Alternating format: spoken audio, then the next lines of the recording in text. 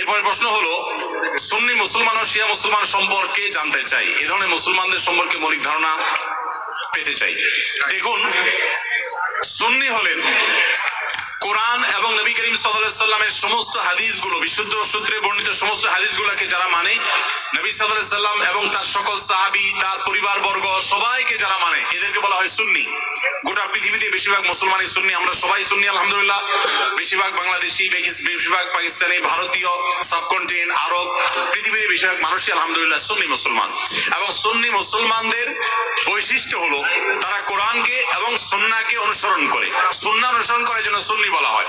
আর শিয়া হলো সেই সমস্ত মানুষেরা যারা আল্লাহকে মানে, নবী সাল্লাল্লাহু আলাইহি সাল্লামের নবুয়তকেও মানে, যদিও তাদের একটা গ্রুপ নবী সাল্লাল্লাহু আলাইহি সাল্লামের নবুয়ত নিয়েও সন্দেহ করে। আর এর পাশাপাশি তারা শুধুমাত্র নবী পরিবারের সদস্যদেরকে মানে, সাহাবীদেরকে তারা মানে না, বরং সাহাবীদের সাথে শত্রুতা বিদ্বেষ তারা জ্ঞাপন করে, লালন করে। তো এই কারণে তারা শিয়া এবং আলাদা হয়েছেন। শিয়ারা তারা বিভ্রান্তির দিকে আছেন, শিয়া পন্থাটা বিভ্রান্তির পন্থা, এটা হেদায়েত এবং সত্য থেকে বিচ্যুত।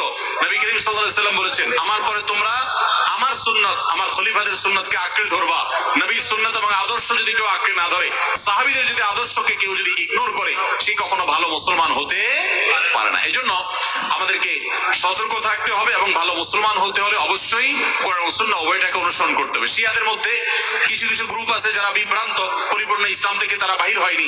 আবার দুই একটা গ্রুপ আছে তারা আম্মাজান আয়েশার চরিত্রে কালিমা লেপন করে, কোরআনের আয়াত নিয়ে সন্দেহ করে, নবী সাল্লাল্লাহু আলাইহি সাল্লামের রিসালাত নিয়ে সন্দেহ করে তারা ইসলামের গণ্ডি থেকে খারিজ হয়ে গেছেন।